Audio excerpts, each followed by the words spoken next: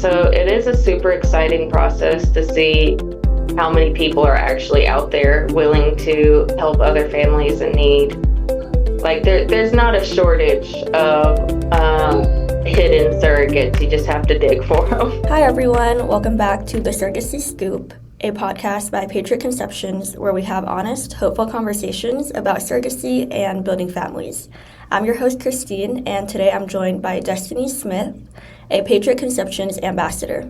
Destiny, thank you for joining us today and welcome to the podcast. Thank you. Before we talk about surrogacy and your role as an ambassador, could you tell us a little bit about yourself and your background? I'm a stay-at-home mom. I had, I guess, a pretty normal background. I had some rough pasts, but I think everyone has. I like to extreme coupon, and I homeschool my boys. So how did you first get introduced to surrogacy?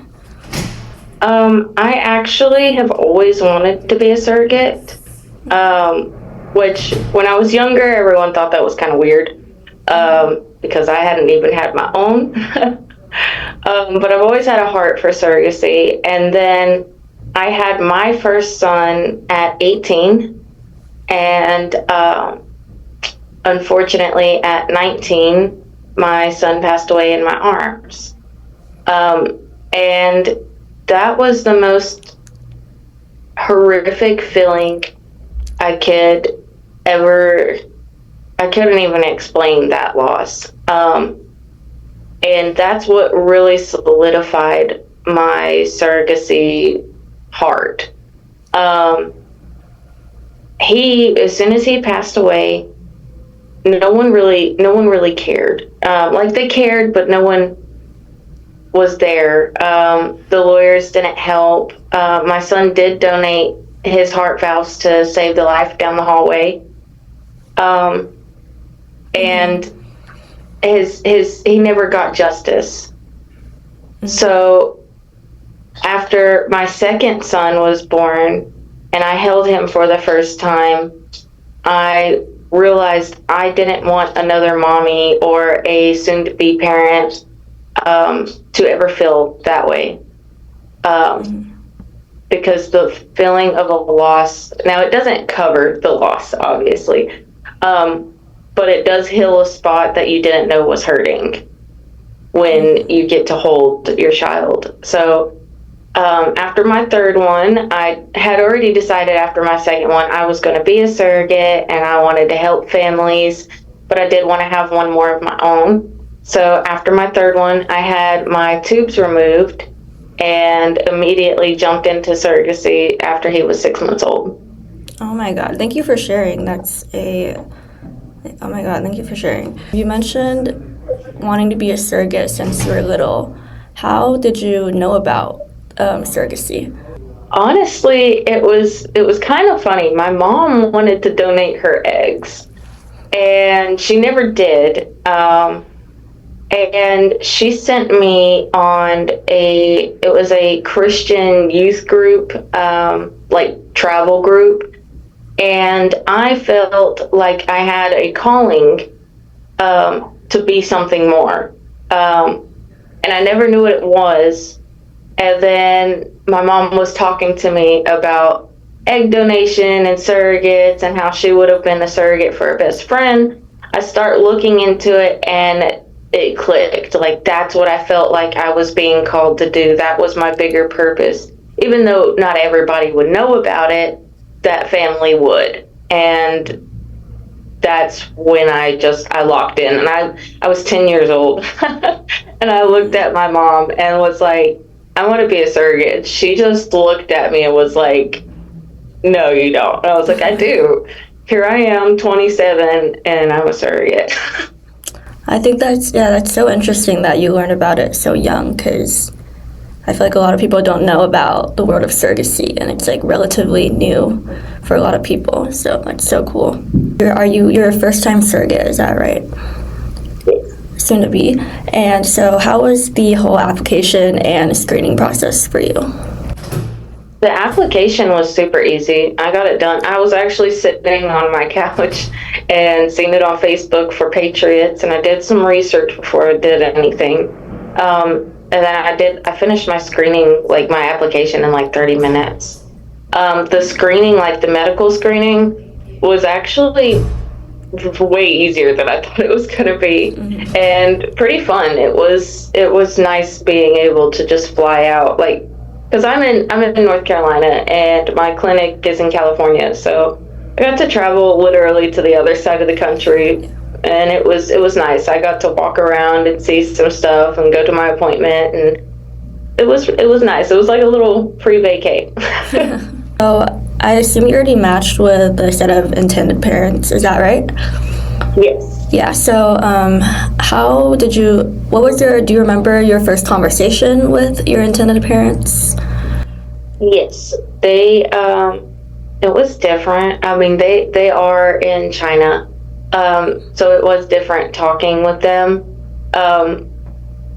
I really did enjoy everything about them, though. Super sweet. They had 21 embryos, and out of the 21, there was 11. One of them is now their sweet baby. Aww. And 10 more are for the rest. They want a really, really big family. And so, knowing that, I mean, I know you've been wanted to be a surrogate for a long time, but how did your family and support system, maybe your friends, respond when you shared your decision? My husband was all in. He was like, cool. He kind of made a joke. He said to shake my moneymaker. But my husband was all in. He was my best support. My best friend was a little bit weary, but she was supportive about it. My mom gave me the look that she gave me when I was 10. And it took her a little while to adjust, but once she's seen everything actually happening and moving forward, she jumped right on board. My family, all in all, is very supportive of this. They are sad that they don't get to keep the baby.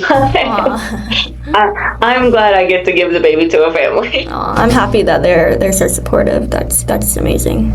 So I want to touch on, I know your first experience initially was a little bit more difficult. Do you mind sharing a little bit about that? Yeah, I jumped in and I grabbed the first IP that liked me. She was a sweetheart. Wish I could still talk to her and check in on her. But she had one embryo. It wasn't very high grade, but we gave it a shot anyway. I continued being pregnant. We had a miscarriage.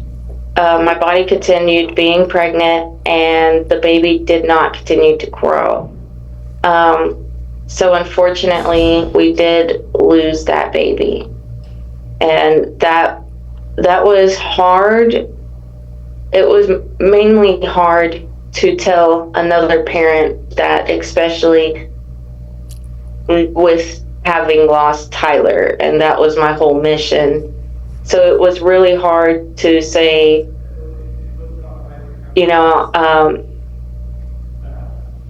I had your baby, Yeah. but I don't anymore. And so that was pretty hard. And I really hope she's doing well. Unfortunately, she didn't have anything else, so I had to move to the next parents. But I still wouldn't change it for the world. I immediately jumped right back in. As soon as they released me, within 2 weeks, I had a new parent. Yeah, I think there's a lot of these stories that maybe people might not know a lot about, and maybe people who have gone through similar difficulties with surrogacy. So would you have any advice or any words, like how would you take care of yourself during the process of surrogacy? My whole process is I constantly remind myself this is a mission. And this sounds harsh, but it does help. If you stop looking at it as a pregnancy, you break that attachment. So if you start looking at it as Patriot Conceptions will call it milestones. If you reach this milestone, you get this bonus. If you start looking at it as a job and a milestone, that helped a lot, because now I'm not, oh, I can't wait to be 6 weeks pregnant. It was, I'm ready to be this far along so that we can hit this bonus. That way, it kind of helped break that I'm pregnant cycle. So honestly, when the miscarriage happened, I wasn't as devastated as I thought I would be. I was very sad, because that is heartbreaking. Right. But I wasn't as devastated as I was afraid that I would be. It was harder to say that to the parent than it was to actually have the miscarriage. I can totally understand that, especially having to tell the parents. I can only imagine that being a difficult conversation. Yeah. So I guess my only advice would be, one, it's God's timing when that baby comes, and two, always prepare yourself, because you are on emotional, like an emotional roller coaster. You're on hormones, you're pregnant, you're trying to get your family situated, and it's a lot. So you need to really focus on your mental health and how you prepare yourself through it. For those who are maybe looking into surrogacy or not sure if it's the right fit for them, what would you say are qualities, or what would you say is important to for qualities for like a potential surrogate? Strong, like mind will. A general love for your family and others, and just a willingness to try, because it never hurts. The first step is you have to apply. You have to see if you even qualify, because if you're standing at the door and you don't qualify, you hyped yourself up for nothing. Right. But see if you qualify, and if you qualify, then go through the steps. Just see, fill out the situation, talk to the parents, get to meet the parents, know the parents. It really is a lot different than what people come to the line thinking it would be. I know I went in, I'm like 17 years, I had been excited, ready for this, wanting to do this, and when I got there, it was nothing that I thought it was. It was completely different. What would you say is the most different aspect from what you initially imagined from being a surrogate? At first, I had thought that it was going to be my egg and my baby out there, and it's not. So this is gestational. So that was new to find out that this baby had no relation to me. I also thought, that this was going to be super close. Like, me and the parents are going to know each other. We're going to talk. We're going to hang out. That's not the case. So I definitely didn't realize that we could even do international. So when I found that out, I was so excited and jumped on board. So it was a lot different. And then I thought it was just a simple, let's get you pregnant, let's get you out of here. But with Patriot Conceptions, they really focus on your well-being, your mental health, and everything in a whole, not just let's get this baby. So I really love that as well. I completely agree. And I want to dive a little bit into your role as an ambassador at Patriot. How did you first learn about Patriot, and what led you to this role? I found out about Patriot through Facebook when I was sitting on the couch. And then I did some studying, And then my last coordinator had messaged me, coordinator, she had messaged me and said, hey, I know that you've really wanted to work for the company, but we have an ambassador program. Would you like to jump in? And it's in its trial phase. Mm-hmm. And I was on board. I was like, yes, put me in. What do I have to do? Let's do this. I got on there. I did all of my 7-day sprint. I worked hard. I was so excited. And then I asked my new coordinator to message Bai.